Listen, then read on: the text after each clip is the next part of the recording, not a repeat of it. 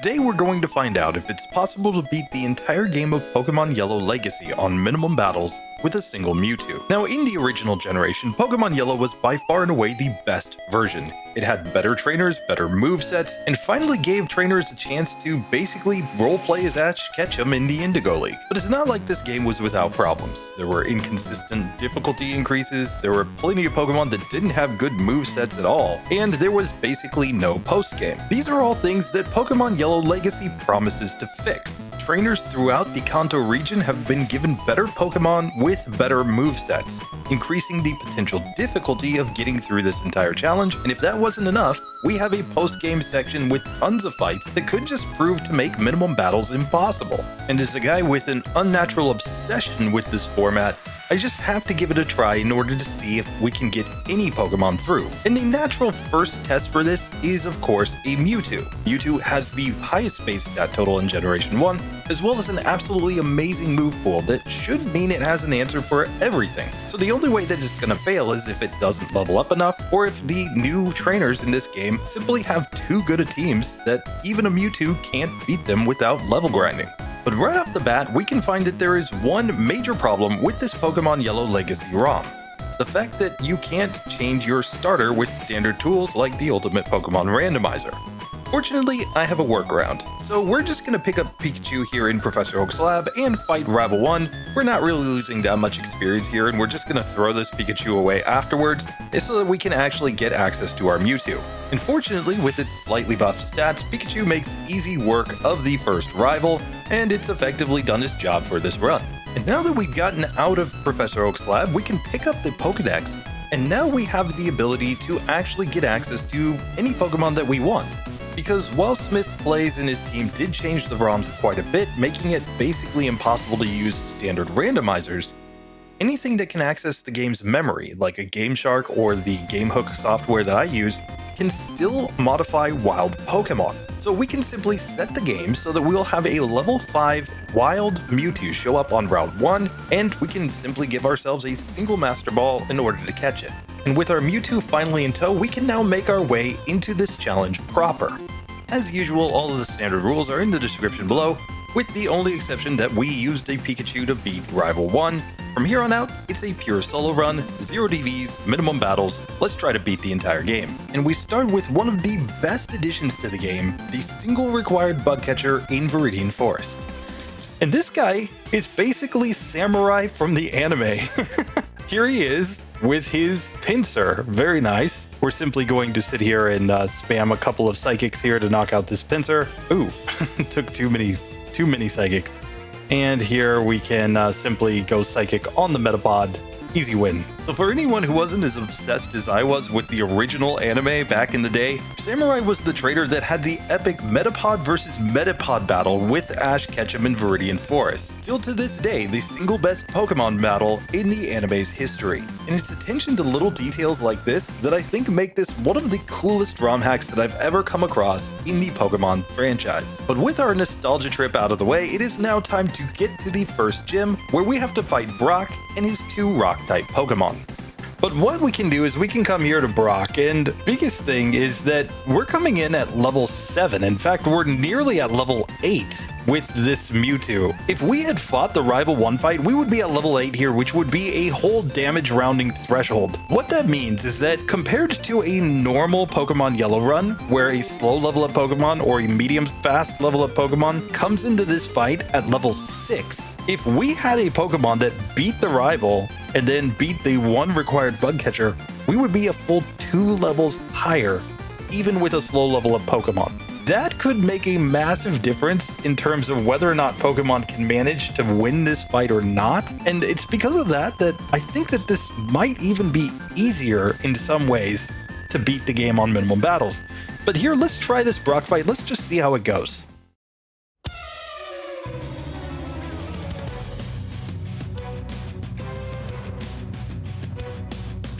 So Brock attempt number 1 here, I'm going to move Psychic into the top slot. I'm just going to use this move. It's looking to be a 2-hit KO on the Geodude, very nice. We took a Rock Throw, doesn't really matter. Now we get Constrict from the Onix, good job. He goes Bide. and now we're just gonna wreck him from there. Easy win, and we get to level 9. So we're quite a bit stronger than we normally would be here with a slow level up Pokemon. And that's kind of surprising to me. Like, yes, I understand that they're trying to get this to be a little closer to the anime, and in some ways harder, because sure, that Pinsir is definitely harder than going up against a Caterpie, but they're giving extra XP while we do it. So up to this point, we've seen a couple really cool things about this ROM hack, but also a couple things that, at least for me as a solo runner, aren't really ideal. Now, I understand that Smith Plays and his core audience are primarily focused on Nuzlocke, but at least keep in mind that in the Gen 1 and Gen 2 spaces where he's made the ROM hacks so far, there's a sizable community that's involved in solo challenges. And solo challenges really revolve around being able to change your starter and careful management of XP as you go through the game. And as we go through the next section, we can see that a lot of these trainers have been given some more evolved Pokemon, but they're not necessarily that much more difficult, especially when you factor in that even a slow level up Pokemon is at the same level as these opponents at this point in the game.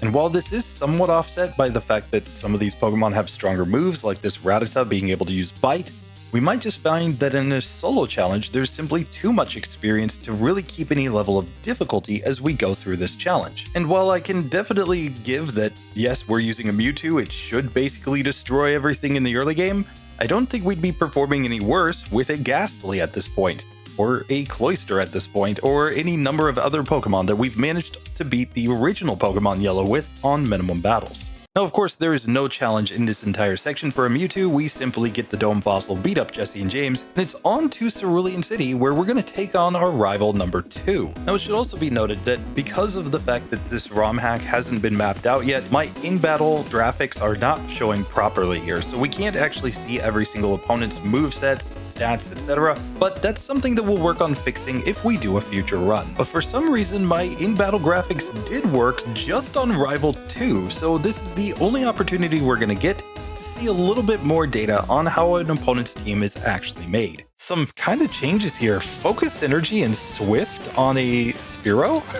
Really? Okay, so we knocked that one out. Out comes a Rattata now with Tail Whip, Quick Attack, Bite, and Hyper Fang.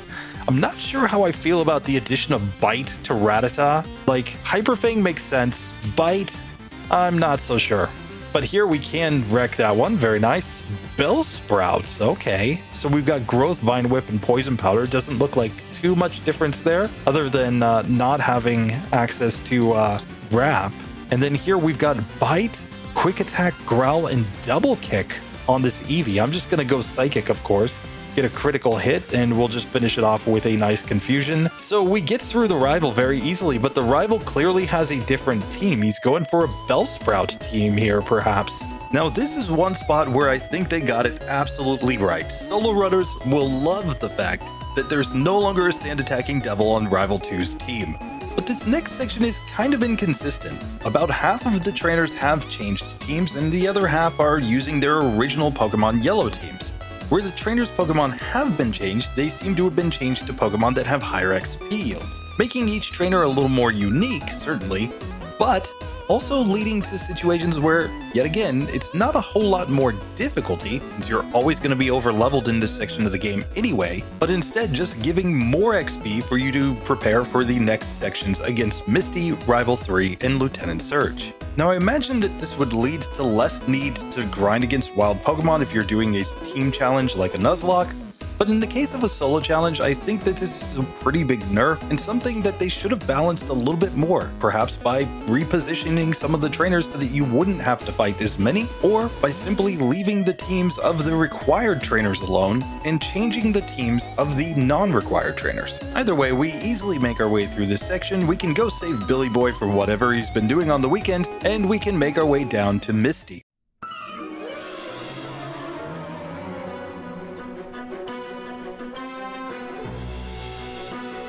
So here, Misty attempt number 1, she leads off with Psyduck. I'm simply going to one-shot it with a Psychic. Goldine's out next. I'm going to one-shot that with a Psychic. Starmie is the kind of scary one. I'm going to go Swift here. We got a critical hit, and then it returned a Bubble Beam crit. Okay, we get a special drop right there. It goes Swift, but we knock it out right there, get to level 21, and Misty goes down. But Misty had 3 Pokemon there as opposed to only 2, and no Staryu, which is strange because Staryu was in the anime.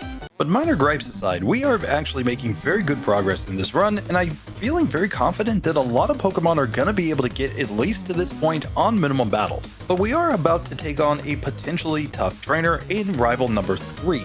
I'm very interested to see what exactly his team is, since it was so different in the Rival 2 fight. Will Rival 3 maintain the consistency of his team, or is it going to be something completely different? So he leads off with Raticate. We're simply going to Psychic it and one-shot it. Weepinbell out next. I guess we'll go Psychic since it seems to have decent special. Sandshrew comes out now. Did not have the Sandshrew before. And now Psychic on the Eevee is going to be a 2-hitter, so we'll just finish it off with Confusion. So we get through, but he's changing up his team quite a bit. So Weepinbell instead of Spearow and Rattata being upgraded to Raticate like it was in Pokemon Red and Blue is a kind of interesting choice. But it definitely was perfectly reasonable in my mind. And with that out of the way, we can now make our way to Lieutenant Surge, where I'm hoping that he gives us a very nice dose of exactly what he was in the anime.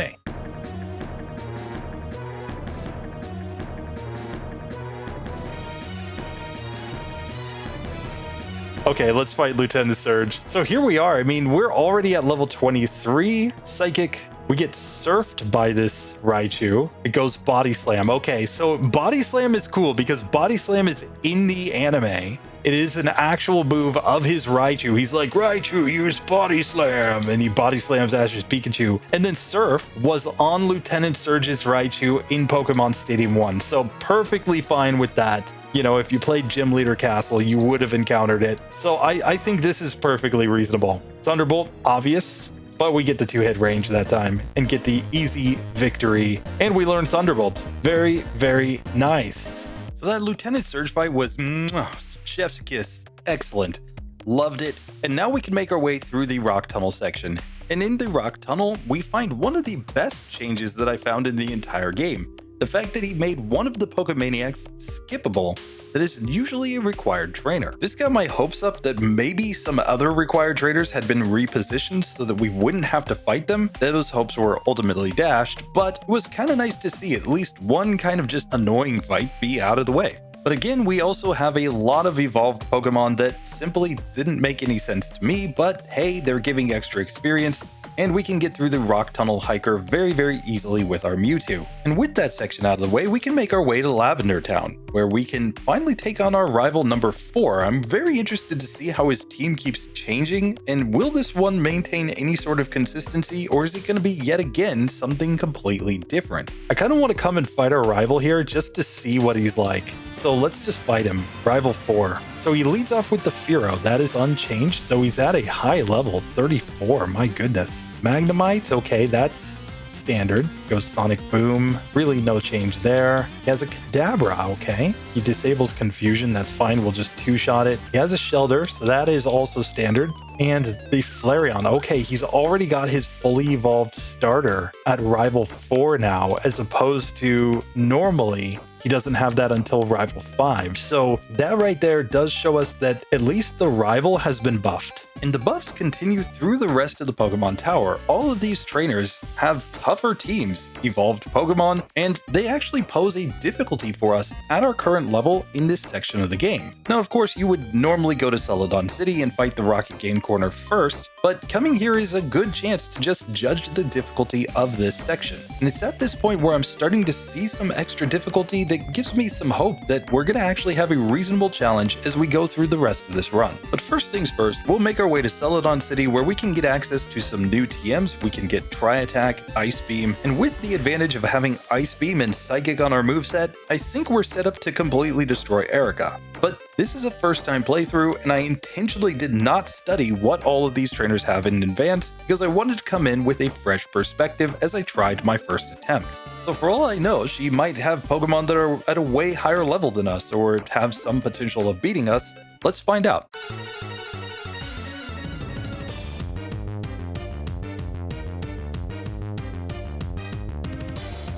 So Erica leads off with Tangela, that's unchanged, so Ice Beam should be a 2-hit KO here, very nice. Out next comes Victory Bell, so it's like back to Pokemon Red and Blue team here. Ivysaur, okay, we'll easily knock that one out. And I don't like this. No, this I'm against. In the anime, she has a Gloom. That's the reason it was a Gloom in this version. He's just going back to the Pokemon Red and Blue team. Okay, Sleep Powder missed. Very nice.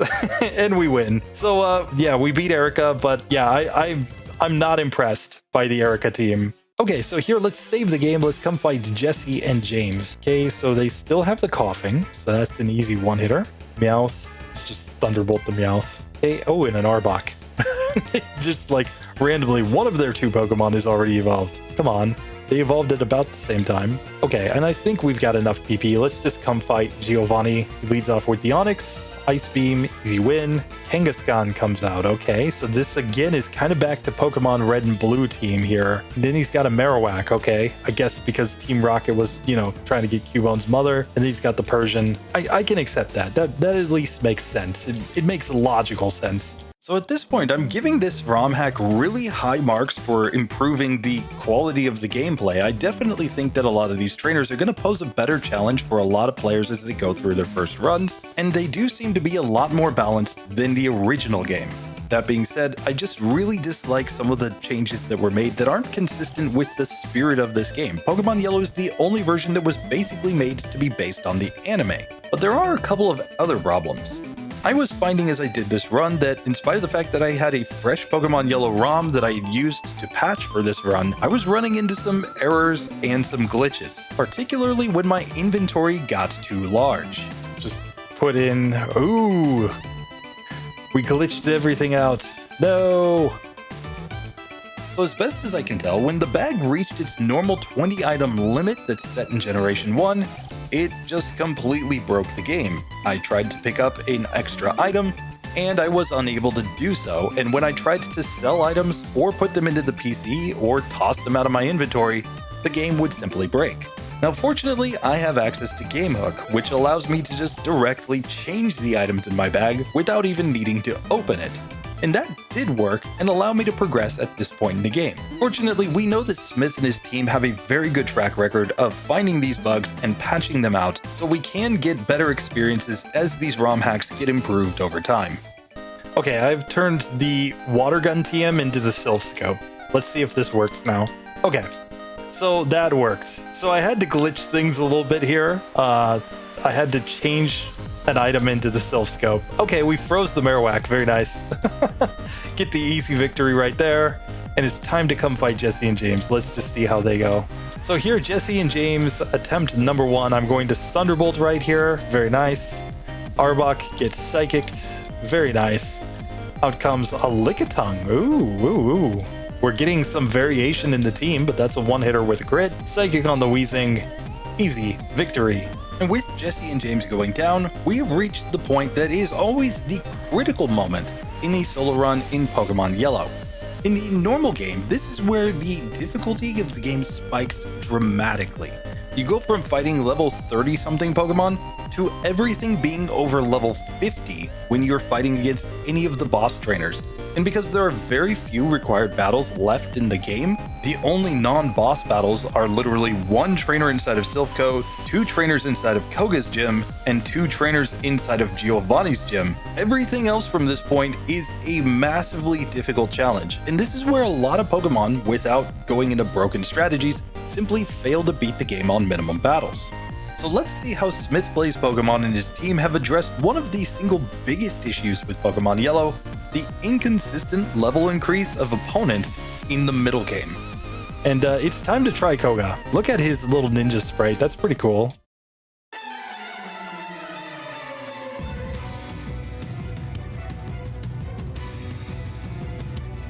So here Koga, he leads off with Golbat. This is legit. In the anime, he used Golbat against Ash, and Ash fire spun his Golbat until it died. So we'll just go Psychic right there, easy one hitter. Now Muck, okay, that's the Gen 1, Pokemon Red and Blue Pokemon coming out here. We'll just get the KO right there. Tentacruel, I'm not sure I'm on board with this. That seems kind of arbitrary. And now Venomoth, okay. I'm all for the Psychic Flying, and we get the one shot. So we beat Koga there. They decided to change up his Venonats and other things. Like I said, I'm perfectly fine with the Muck and the Golbat there, because they both make sense.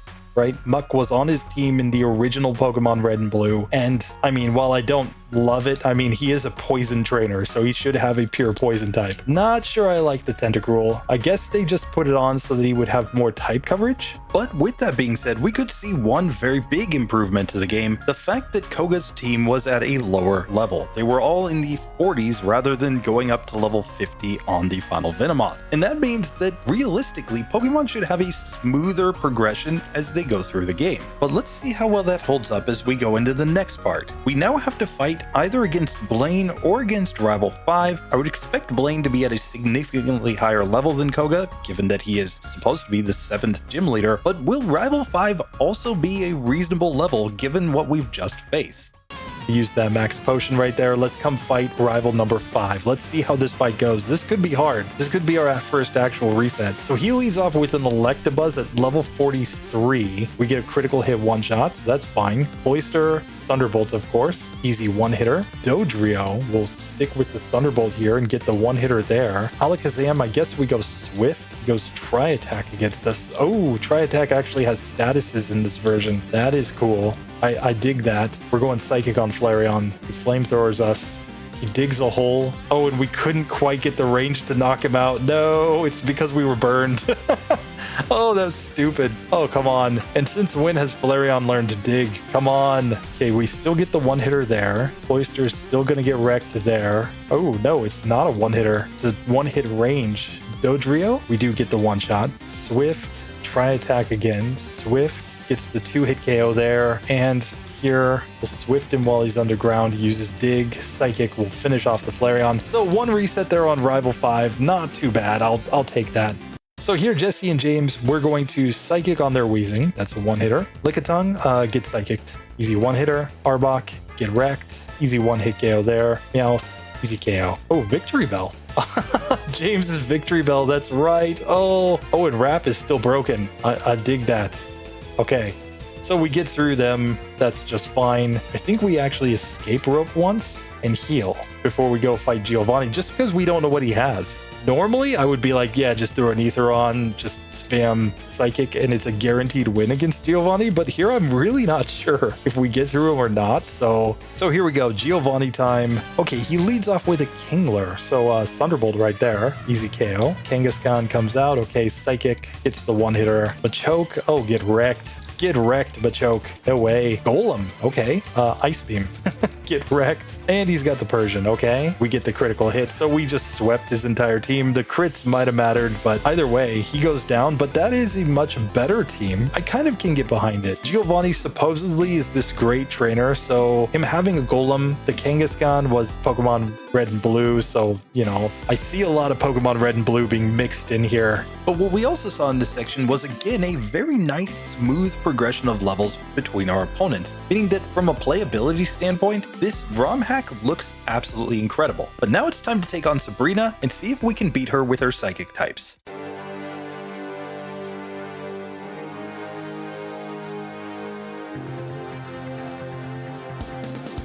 Okay, so Sabrina still leads off with Abra, so we can just go Swift there. Nice. Next out is a Hypno, and she gets the sleep on us, and she's going Dream Eater. So this Hypno is all about Hypnosis Dream Eater strats, and Hypnosis is hitting a lot. I don't know if it's just getting really good luck against me or what, but I want to tell it to stop. Okay, we get a substitute right there, but we knock out Mr. Mime. Kadabra's out. Here, I'm just going to kind of spam Thunderbolt at this one. Okay, it goes Psywave. That doesn't really matter. Okay, I think that he is perhaps accidentally brought back the Gen 1 glitch where Sabrina just wants to use Recover over and over again. We got a special drop there. We paralyze it. Okay, so we finally knock that one out. We get Thunder Waved by Alakazam. Okay, we get a Reflect.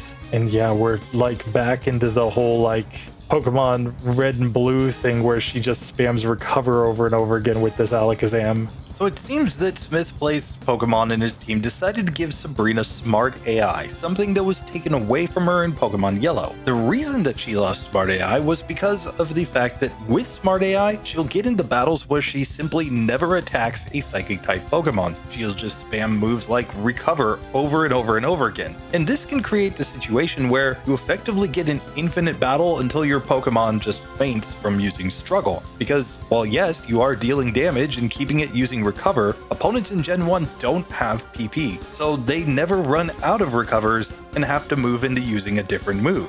And that makes that fight really insanely tedious. So I really would have liked to see that Alakazam have some sort of coverage damaging move, something like Tri Attack for example, in order to avoid a glitch that we all knew about back in 1996. It will use Recover if it doesn't have full HP. Okay, there we get the freeze. So there we get the win. All right, so one reset there on Sabrina. Not too bad. I don't think that was a perfectly consistent fight at this level, but it's clearly possible. But with that fight done, it's now time to go take on Blaine, and he might be one of the most changed gym leaders in this entire run. Okay, so he's left this whole quiz the same, except Tombstoner should be a move. Come on, if you fixed the game properly, Tombstoner is a move here.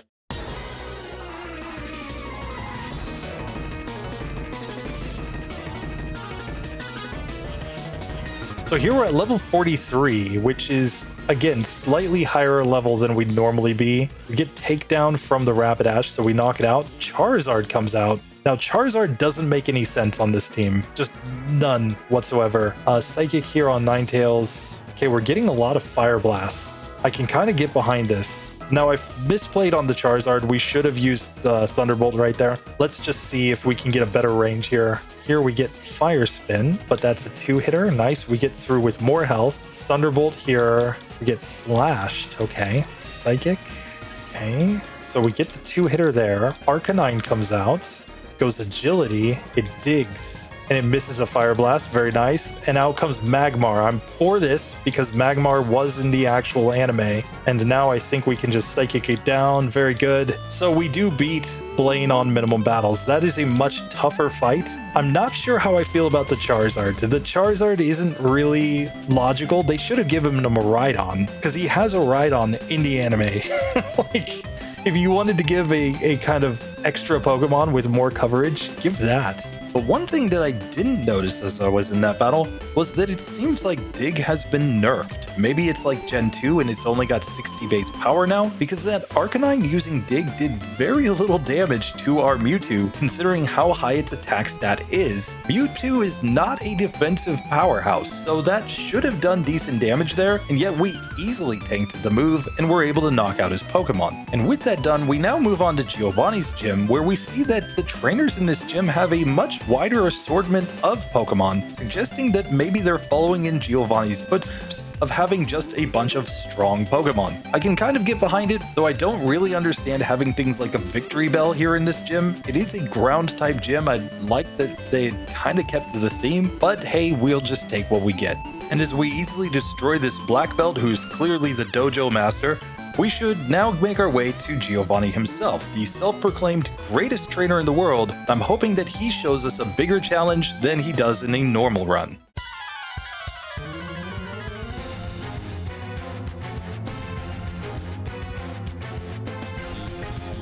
So here he's going to lead off with the Dugtrio, standard. We get the 1-hitter. Out comes a Nidoqueen next. We'll go Psychic, get an easy 1-hitter. Persian is third in this one rather than second. Okay, that's fine. Nidoking is unchanged. Okay. And then Rhydon, Ice Beam. So that was basically the same. But we're at level 47. We've gained way more levels here than we normally would with this Pokemon on minimum battles. Here, we're just starting to gain more and more XP in the late game, it seems. Anyway, here we are, rival number 6. Let's see how this goes. So he has a Fearow out first. We'll just Thunderbolt that. Easy win. Magneton out second. I'm not sure what the best play here is, so I'm just kind of experimenting. Golduck, let's just Thunderbolt it. Easy win. Alakazam, let's give it a Swift. It goes Tri Attack. Swift, so we knock that one out. It's got a Marowak. Ice Beam there. Flareon, we'll just go Psychic. He digs. Get Swift. There we go. Easy win. I'm not sure how I feel about the fact that the rivals team just keeps changing randomly. Like, what are they trying to tell us here? Like, the rival has no clear progression in his team. Now, as I play this ROM more and more, I'm sure I'll get used to exactly what Pokemon are on the rivals team at each stage. I just dislike the fact that it doesn't carry over the progression that you usually see. you see his Pokemon gradually improve and get replaced with the next Pokemon that's going to be a key part of his team, focusing the player more on the fact that the rival is building up to a grand strategy at the end. By the time you get to the champion in Pokemon Yellow, he's an absolute beast on minimum battles. He leads off with that Sand Slash that's just an absolute tank. Then he's got the Alakazam to just whittle you down, and if you get through those two Pokemon, the rest of the team is still super tough. And they make sense to have that team because you've seen him slowly build it up over the previous 6 battles. So I really would have liked to see them keep the rivals team more consistent. I'm assuming that they're going based on the anime where, yes, Gary Oak did use a lot of different Pokemon at random spots, but for the progression of the game or the story, I think that could have been improved. But with that section done, we're simply going to get the last couple of rare candies, pick up the items in the power plant that we need, and make our way to the Elite Four. Now, we have not used a single rare candy to this point, and normally a Mewtwo would be reaching the Elite Four on minimum battles at level 43. However, we're coming in at level 48, a full 5 levels higher. 5 levels translates not only to better stats, but also to 2 damage rounding thresholds. Effectively, when the game calculates damage, it rounds the damage off based on your level. Whenever your level ends in a 0, 3, 5, or 8, the amount of damage you do goes up by just a little bit more than a normal level up. And going from level 43 up to level 48 means we got the damage rounding boost at level 45 and at level 48, and we didn't even have to use any of our rare candies to get it. So this has the potential to make the Elite Four a lot easier. However, they could compensate by having a much tougher team and better movesets. So let's get into it and find out.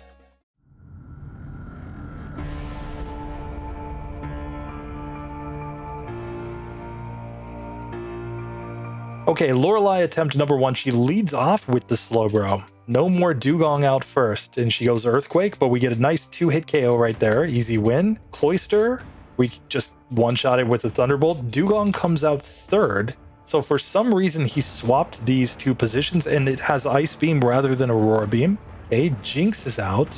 Here I think we just go Swift. Oh, we get Blizzard.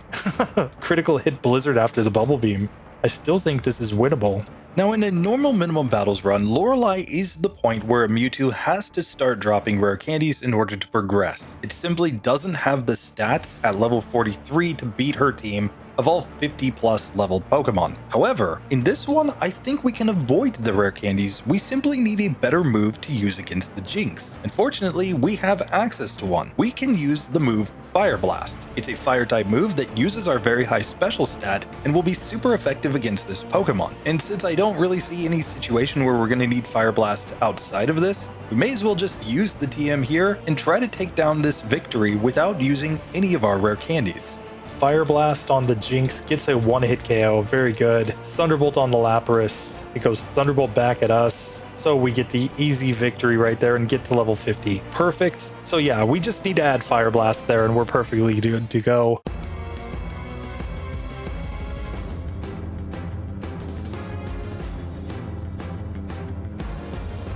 Here, Hitmonchan, we're just going to go Psychic. Easy victory there. Poliwrath. Okay, that is the Pokemon people have always said he should have had. Not sure I love it, but Psychic is fine here. Hitmonlee, get wrecked. Very good. Onyx comes out. Not sure why you needed to keep the Onyx, but it is in the anime. And then Machamp gets the easy KO. So yeah, Bruno, still a joke. Still a joke. Let's try Agatha.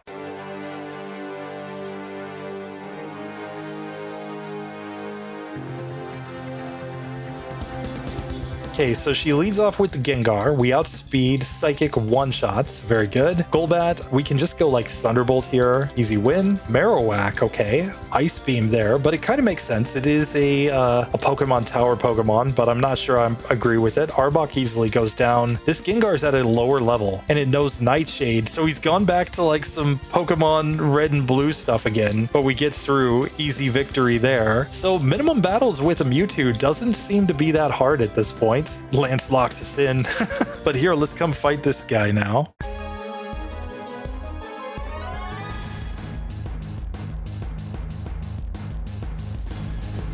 Let's just see. So he leads off with Dragonite. So we've got Ice Beam. That's an easy 1-hit KO. Gyarados is out second. So here, Thunderbolt. Nice.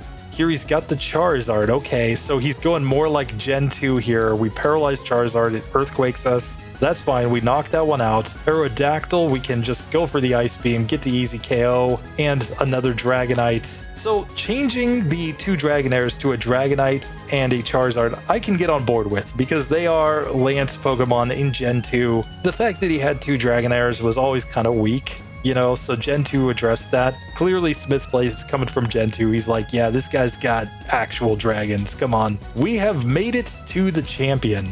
No rare candies used at this point. We're up to level 53. This is kind of ridiculous. Honestly, like we've gained way too much XP for a slow level up Pokemon, I feel like. We're kind of way over leveled.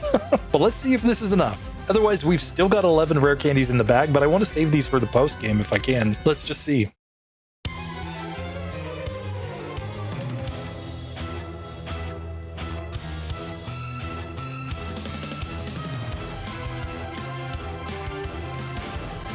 Okay, so he leads with Magneton here. Okay, he goes Thunder. Oh, he gets a critical hit Thunder too. That sucked. Now we can Thunderbolt Dodrio. Okay, so I'm not sure I'm a huge fan of this team here. Oh, and we get Thunder Waved by the Alakazam. But yeah, I'm really not sure I'm a fan of this comp here. Okay, we kind of wanted to get a freeze there. Okay, we get Paralysis. So at least now we're both paralyzed. Okay, so we do knock that one out, but that was not great. Oh, and we have no Ice Beams, and we just get Earthquaked by the Sandslash. Now, the obvious correct play would have been to use a move like Hyper Beam here. I simply did not get access to the TM at this point, just because I did not foresee that the champion was going to have an Alakazam that has the same broken AI as Sabrina. So I think this was really bad design. I think that they either should have given this Pokemon the same moveset that it had in Pokemon Yellow, or they should have given it a normal type coverage move so that it would actually be able to damage enemy psychic types and not get locked into a loop. Fortunately, Mewtwo is really strong and has a massive critical hit chance in Generation 1, so I think if we just get a single critical hit here, we're going to be able to knock this Pokemon out, provided that we don't get bad paralysis luck. Tri-Attack here, critical hit, Ice Beam, finishes that one off, cool. Sandslash, get Ice Beamed, get wrecked, nice. Cloyster, get a Thunderbolt, very nice. Out comes the Flareon, Psychic, he goes Fire Blast on me, Psychic. Oh, he just barely survives, but we just barely survive. The Tri-Attack does it, and just like that, we have defeated the champion, according to this, in 58 seconds, but never mind that. Oh, we have beaten the entire game on minimum battles with a Mewtwo without any rare candies. Lots of TMs, but no rare candies. So was that harder? No, it was not. There were so many spots where we got more XP than we would get in a normal run. Like a normal run with a Mewtwo putting off all of its rare candies until Lorelei, which is what you have to do if you're going to beat the game on minimum battles with a Mewtwo, you end up in the situation where you would end up here at best at level 58. That is the best that I've ever done as far as managing my XP here. We're at level 54 and we haven't used a single one of our 11 rare candies. So there's just no way. That got nerfed hard, guys. Hard. But now we have to find out about the post game, because this could be interesting. Okay, so here we can fight against Professor Oak for the first time. Oh, we have to reset though, because we didn't heal. Let's go in and see Mama. She's got the Mr. Mime. Oh, Ash's dad is here.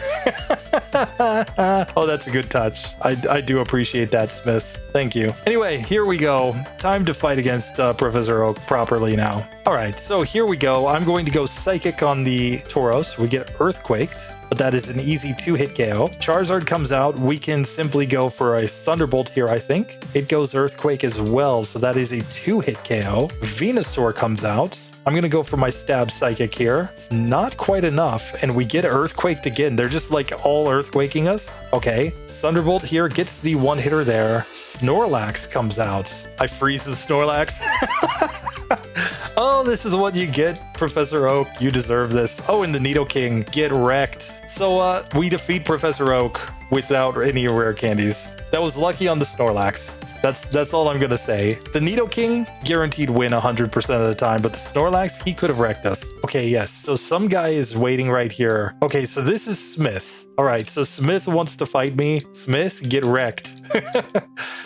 You better believe I have this. Oh, you Nightshades. What a jerk. We're just gonna wreck you there. Comes out with the Tentacruel next. We'll go Psychic. Not quite get the one-hitter, but he tries to wrap. He tries to cheese. Come on. His Alakazam, we're gonna give it a try attack here. He's going Thunder Wave strats now. Okay, he gets burned. Okay, we get the crit there to knock that one out. Now he's got a Tauros. He goes Blizzard. That's not the right move, buddy. Earthquake, much better. Now he's got the Starmie that goes Thunderbolts. We were trying to Thunderbolt him, so the status was the issue there. Okay, so let's try this again. So now we can just go back to the try attack there. Very nice. Tauros comes out. We're just gonna get Fire Blasted. Good job. Blizzard. Good job. We're already paralyzed. We don't care. And now Starmie can go Thunderbolt. That's fine. We'll just Thunderbolt it. Smith, you get wrecked. Come on. Come on, Smith. One reset there, but that's not bad at all. Okay, so we're going to come here. We're going to fight against the wild Mewtwo. So I think this is an Ice Beam spot. You know, like it's level 70. We're level 57. Oh, and we get the freeze. Yes. I don't know if it can thaw out, but we wreck it. So there we go. So we easily get through that section. There might even be like a round 2 Elite 4 or something. So yeah, some sort of round 2 going on here. We get a Blizzard miss. Nice. Okay, that's much better. Thunderbolt right here gets the one-hitter there. Cool. Thunderbolt on the Cloyster gets the one-hitter there. Amistar, not quite a one-hitter there, but we get the two-hitter. Exeggutor, okay, Ice Beam. We freeze it, so that's an easy win. Now Lapras goes for Blizzard. Oh, we get the two-hitter and we win. Very nice. So Lorelei went down easy enough. We're going to save the game. Let's try Bruno. Okay, so Bruno leads off with a Clefable here. Interesting. Not sure what the justification for a Clefable Bruno is, or a Muck on Bruno is, but we'll take it. And now he's got the Slowbro. What is this nonsense? He's just like, hey, Lorelei, give me your Pokemon. Hitmonlee, get wrecked. Okay, he has a Rhydon. Ice Beam does the job there. We get to level 60. Machamp, get wrecked. Okay, so we beat the round 2 Bruno fight easily enough. Kind of to be expected. Okay, so Agatha leads off with Jinx. So yeah, once again, we've got some action coming from Lorelei. We get the one-hitter there. Thunderbolt on Gyarados. That's an easy one-hitter. Alakazam next. Okay. We burn the Alakazam, but I do not like this Alakazam being, like it seems like all of the Alakazams are just programmed to use Thunder Wave over and over again. So technically, we could learn Hyper Beam. The logic here is that if we had Hyper Beam, I'm willing to bet that it one-shots on the Alakazam and on the Jinx. Right, so there's the one-hitter, there's the one-hitter, there is the one-hitter. Very good. Psychic, one-shots. Psychic on Arbok, one-shots. Okay. Psychic on the Gengar, one-shots. So yeah, we simply needed a move like Hyper Beam to be able to knock out the Jinx and the Alakazam consistently, and then that's actually not bad at all. Let's save the game. Let's come fight against Lancey Boy. Okay, he leads with an Arcanine now. Let's see what Hyper Beam does here. Not quite a one-hitter. Let's try again. So the critical hit Fire Blast with the burn was like the worst possible luck there. Okay, Psychic. Okay, he goes Hyper Beam, but we knock him out. Cool. Electabuzz. I don't know. Maybe we just Hyper Beam Electabuzz there. Sorry, I got paralyzed, so I figured I'd just give up on that one. Okay, here he light screens, but we knock him out. Okay. He still knocks us out with the self-destruct there with the whatchamacall. Okay, this is the point where I'm finally going to start dropping rare candies, I think. We get to learn Barrier, and I honestly think Barrier might be better than Thunderbolt. I'm going to keep everything else. So the logic here is pretty simple. We can now use Barrier in order to badge boost here and theoretically survive. So Barrier, he Hyper Beams, we're going to Barrier again, Barrier a third time. Now his Hyper Beam should do very little, and we one-shot. Electabuzz gets one-shot. Snorlax gets one-shot. Charizard will just Ice Beam, one-shot. Kangaskhan gets one-shot. And finally the Dragonite get wrecked. So yeah, once we get to level 63 and we have the badge boost glitch, that's kind of easy, honestly. So here we are back to the champion, I guess. He's got a stronger team, or so he claims. I'm going to Hyper Beam his Alakazam, easy one-hitter. Machamp can just get Psychicked, easy one-hitter. Gyarados is the one that might be trouble because I forgot Thunderbolt. Okay, Ice Beam or Psychic. Yeah, Psychic. Got it. Ice Beam on his Pidgeot, easy win. His Exeggutor can get Ice Beamed, easy win. His Arcanine, just going to go Psychic, Fire Blast, Psychic. And there we've defeated the champion. Round 2. We didn't use all the rare candies. We're at level 67 now. Yeah, just like that. So we've beaten the round 2. We've beaten Smith. We've beaten Mewtwo. We've beaten Professor Oak the first time. All on minimum battles. Without sleep strats. We finally got a badge boosting move with Barrier there. And Barrier was useful because it did protect us against things like Hyper Beam. So in the end, we beat the entire game of Pokemon Yellow Legacy with a single Mewtwo on minimum battles. And we even beat the round 2 Elite Four, the Professor Oak fight. We could have taken more fights here, but I could not figure out how to get the Professor Oak round 2 fight to go. I gave myself the entire Pokedex with Game Hook, got the diploma, just couldn't get him to go down to Cinnabar for some reason.